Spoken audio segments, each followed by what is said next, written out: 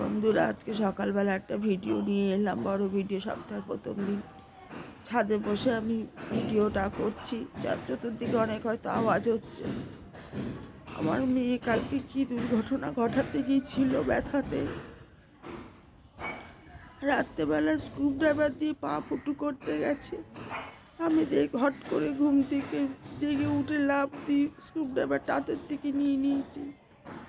তারপরে বলে আমি বাথরুমে যাবো। আমার জানি কেন মনে হলো কিছু একটা। তখন আমি দৌড়ে গিয়ে বললাম কি না দাঁড়া, আমি বাথরুমে যাবো, তুই দরজা খুলে রেখে দে, টয়লেটে যাবি দরজা খোল। না, আমি বাথরুমে যাবো। তা আমি বললাম না, আমি আগে বাথরুমে যাবো। আমাকে সেই মনে হচ্ছে কত হাতির জোর গায়ের মধ্যে আমাকে ধাক্কা দিয়ে সরিয়ে দিয়ে সে বাথরুমে দরজা ভাঙছে।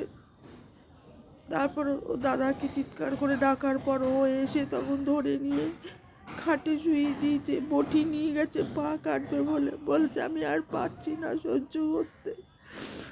বন্ধুরা, ওরা দুজন ছাড়া তো আমার কেউ নেই বলো। আমি যে কী করবো দেখো, আমি ছাদে এসে বসে আছি। ওকে রোদের মধ্যে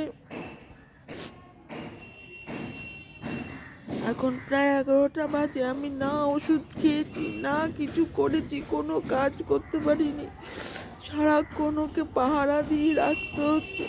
ভোরের দিকে এত অদ্ভুত যন্ত্রণা যে ও টিকতে পারছো না।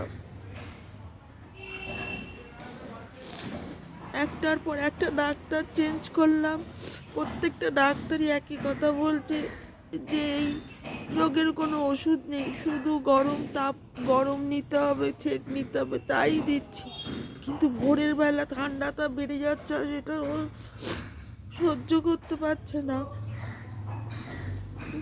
আমি যে কি আতঙ্কের ভয়ে আছি। ওরা যতক্ষণ অফিসে থাকে আমি নিশ্চিন্ত থাকি, কারণ ও দাদার সাথে থাকে। দাদা সঙ্গে করে নিয়ে যায়, সঙ্গে করে নিয়ে আসে।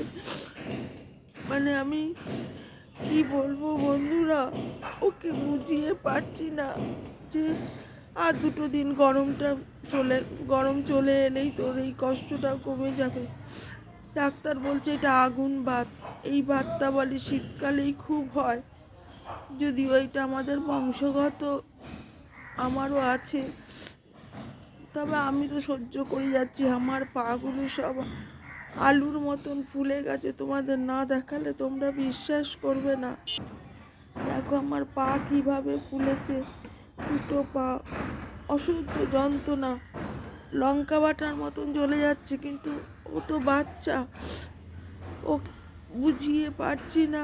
এত বড় দুর্ঘটনা ঘটাতে গিয়েছিল। আমি যদি ঘুমিয়ে থাকতাম কালকে আমার একটা সর্বনাশ হয়ে যেত।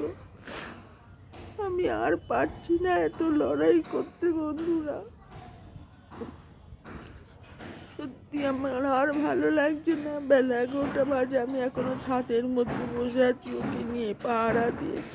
ও দাদা উপরে আসবে, ও তো সারা রাত কাজকর্ম করে আসে, ওরও তো ঘুমের দরকার। ওরা ও আসবে, ও এসে বসবে, তবে আমি নিচে গিয়ে কাজ করব। ভালো লাগছে না বন্ধুরা, কিচ্ছু ভালো লাগছে না। কি যে করি, ভগবান আমাকে যে কি শাস্তি দিচ্ছে মাঝে মাঝে, কি চাইছে আমি কিচ্ছু জানি না।